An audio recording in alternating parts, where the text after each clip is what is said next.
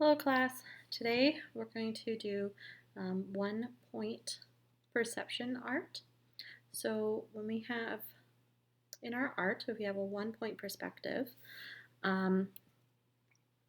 it's drawing your eye to a certain location in the art. Artists use this to show different perspectives and to have interest in their art. So this is an elementary school example. What we're going to do. This is this is called the aquarium, and it's supposed to create the illusion that you're walking in and the water's all around you. Okay, so this is one idea, and I'll walk you through the steps of that. Another option for you is Jack. You can see how he's elongated. So the perspective might be of Jack looking up at the giant, or of an ant looking up at Jack, depending on who this is. I think, according to the caption, this is a tall giant, so it's most likely what you would see if you were Jack looking up. And then we have buildings. So same thing, you're down below looking up at really tall buildings, and this is supposed to be the sun in the sky above. This one comes with, I will have the link in the art. This one has a video to walk you through it, and it also shows the steps later if you want to try this one. Okay, and then lastly, we have perspective of the frog who fell down the well. Oh no. So you can do something like this, use this for inspiration. You're going to use one full normal size page, so the 8.5 by 11. You can choose one of these 4 options, or you can be inspired and come up with your own idea. However, I want it to be from a 1-point perspective. Okay, so the aquarium. First step, what you want to do is, I will have the steps posted, but I just want to show you a couple pointers that I found out along the way. Okay, so this is mine. Oh, yeah, I forgot. It always turns on me.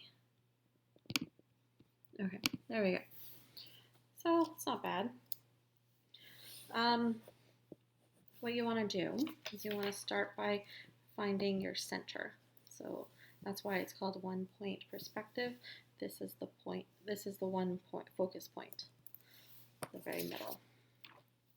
And it'll be different depending on your perspective. So to find the middle, you want to fold it 2 ways. I'm reusing the paper that I used for the last one, the other side. So fold it 2 ways.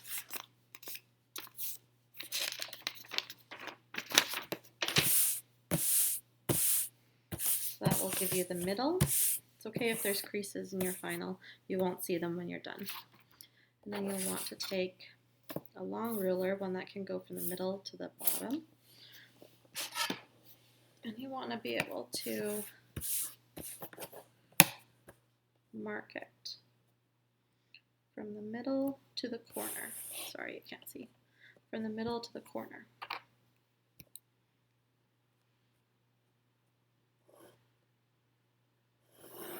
This one I recommend doing in pencil to start with, even though it takes you a little bit longer, but then you can be more precise. The more precise it is, the better it will look.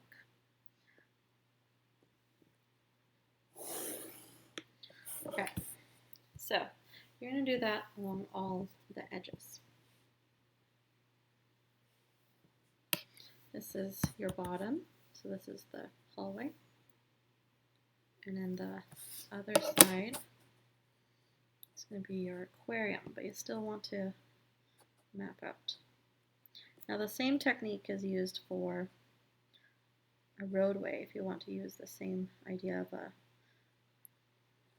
roadway or a train track, which is going.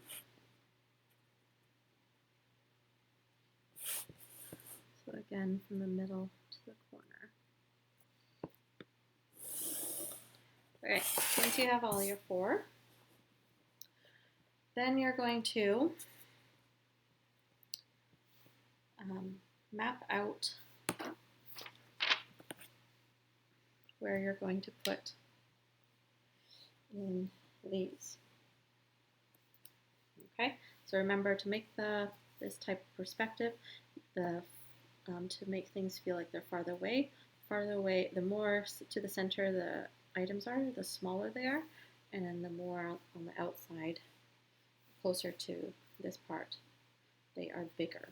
So the same thing is for your the windows. You want the windows to be closer together when they're farther away, and farther apart when they're closer to you. Okay, so what I did is I just kind of kept track of where I put them so they could be on the same side. So this measures roughly 18 centimeters. I'm a little bit off. It's like 17. We'll just do 17 and a half, I guess. I kind of just did every second one.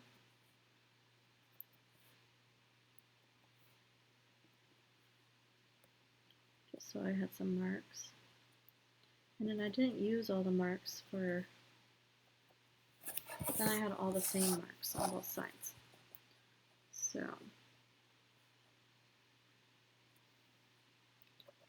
2, 4, 6, 8, 10, 12, 14, and 16. But then I didn't use them all. But then I have them all. So you want to do a really close one right here. So go down in between the two. And then you can use your next line. So I added in one that was really close. And then I did the first couple right away. So right now I'm just matching each line on each side. And then now that it's starting to get further apart, I'm going to start skipping. So skip that one, go straight down, and then skip to the next one. That one's a little too far, so now I'm going to need a longer ruler.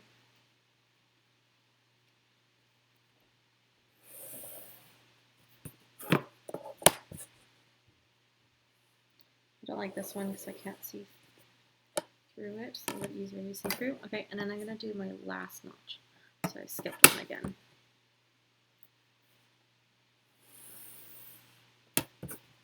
Okay.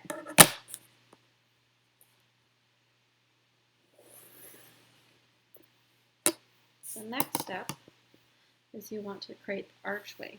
So this is the walkway, and all this around is the aquarium. So now we're going to make an arch to match this side to this side. So you have to curve the edges to create that effect. Just longer and longer arches.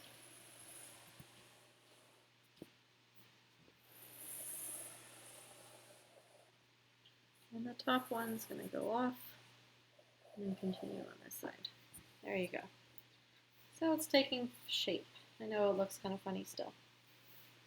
Now to do the checkers in the inside. What you're going to do is you're going to start in the middle, and you're going to see still the crease down the middle. You're going to go straight down the middle. That's your first one. And then you're going to cut each triangle in half. So one line like that, and then another line like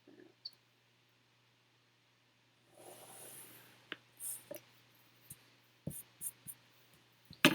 And then one line like that.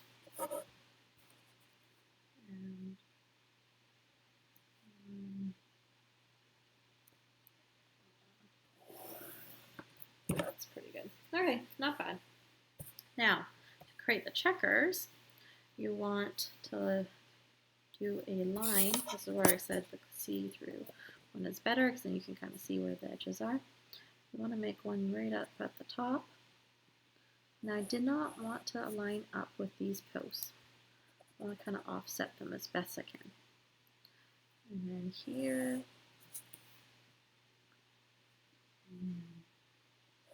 here, and you can see how they're getting wider and wider, farther and farther apart. You can just eyeball it. You don't have to measure exactly for this part.